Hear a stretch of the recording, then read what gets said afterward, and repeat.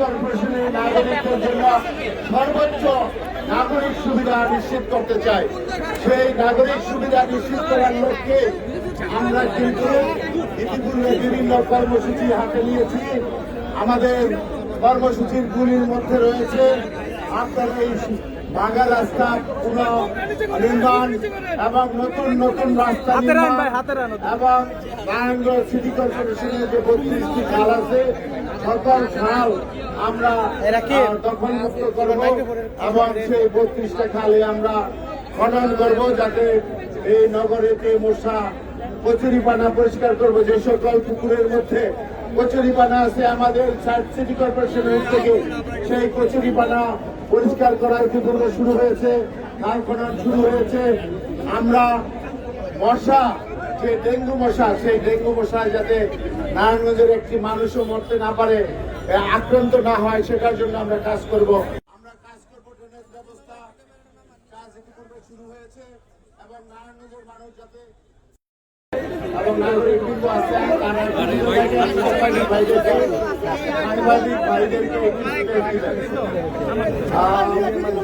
আমার মনে হয় আমাদের প্রধান কিছুক্ষণের মধ্যে বলেন আমাদের মাঝে আরো অনেক মিছিল আসবে আর নাগরিকদের সেখানে সাংবাদিক ভাইয়েরা এবং সর্বস্তরের জনগণ আসসালামু আলাইকুম। আমি নারায়ণগঞ্জ প্রশাসন এবং সিটি কর্পোরেশনের এই উদ্যোগের সঙ্গে একমত পোষণ করছি, একাত্মতা ঘোষণা করছি এবং আমি দেখতে পাচ্ছি যে নারায়ণগঞ্জের সর্বস্তরের মানুষ দল মত নির্বিশেষে আজকের এই সমাবেশে এসে উপস্থিত হয়েছে। এই নারায়ণগঞ্জ হকার মুক্ত করা, নারায়ণগঞ্জ যানজট মুক্ত করা, এটি নারায়ণগঞ্জের মানুষের প্রাণের দাবি। আমি বলতে চাই, আমরা হকার মুক্ত করি নাই, আমরা আমাদের অধিকার প্রতিষ্ঠিত করেছি। নারায়ণগঞ্জের মানুষের অধিকার, নারায়ণগঞ্জের রাস্তায় তারা নির্বিঘ্নে চলাফেরা করবে। এই রাস্তা নারায়ণগঞ্জের মানুষের রাস্তা, এই রাস্তা জনগণের রাস্তা, এই রাস্তা কোনো হকারের দখলে থাকতে পারে না। সুতরাং হকারদের সহানুভূতি দেখানোর নাম করে যদি কেউ আমার পুনর্বাসনের চেষ্টা করেন, তার বিরুদ্ধে নারায়ণগঞ্জের জনগণ ঐক্যবদ্ধ থাকবে এবং নারায়ণগঞ্জকে যানজট মুক্ত রাখবে, হকার মুক্ত রাখবে এবং নারায়ণগঞ্জের মানুষের স্বস্তিতে চলাফেরা নিশ্চিত করবে। নারায়ণগঞ্জের মা বোনেরা, স্কুলগামী ছাত্রছাত্রীরা নির্বিঘ্নে ফুটপাত দিয়ে হেঁটে তারা বাসায় যাবে, স্কুলে যাবে। এই ব্যবস্থা নারায়ণগঞ্জের প্রশাসন বহাল রাখবে।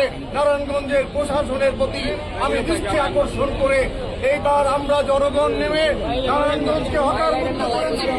এই হকার মুক্ত অবস্থা রক্ষা করার দায়িত্ব নারায়ণগঞ্জের পুলিশ প্রশাসনের। আপনারা এটা রক্ষা করবেন, এই আহ্বান রেখে আমি আমার বক্তব্য শেষ করছি।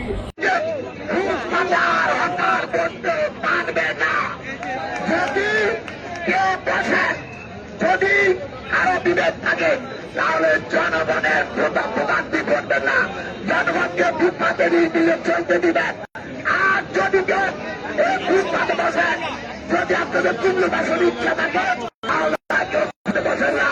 আমরা আপনাদের পরিবারের কথা চিন্তা করে, যারা প্রশাসন সিটি কর্পোরেশন মাননীয় এমপি চিন্তা করে আপনারা যদি আমাদের আদেশ মানেন তাহলে আমরা আপনাদেরকে পুনর্বাসনের ব্যবস্থা করব। আর নয় আপনার যদি ঘোরামানি করেন, নতুন খাবেন, তাহলে আমরা আপনাদের যদি আইনগত ব্যবস্থা নিত। আমরা আমাদের রাজ্য তারে নির্দেশে আমরা নামবাসীকে ভোগান্তি থেকে হঠাৎ মুক্ত করতে চাই, যানজট মুক্ত করতে চাই। কোন চাঁদাবাজি হবে না। কেউ যদি চাঁদাবাজি করে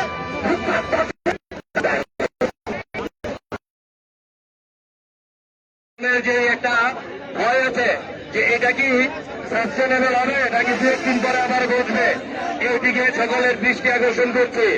আপনার আজকে হকার আগে খালি এক ধরে খালি এক একটু মাছ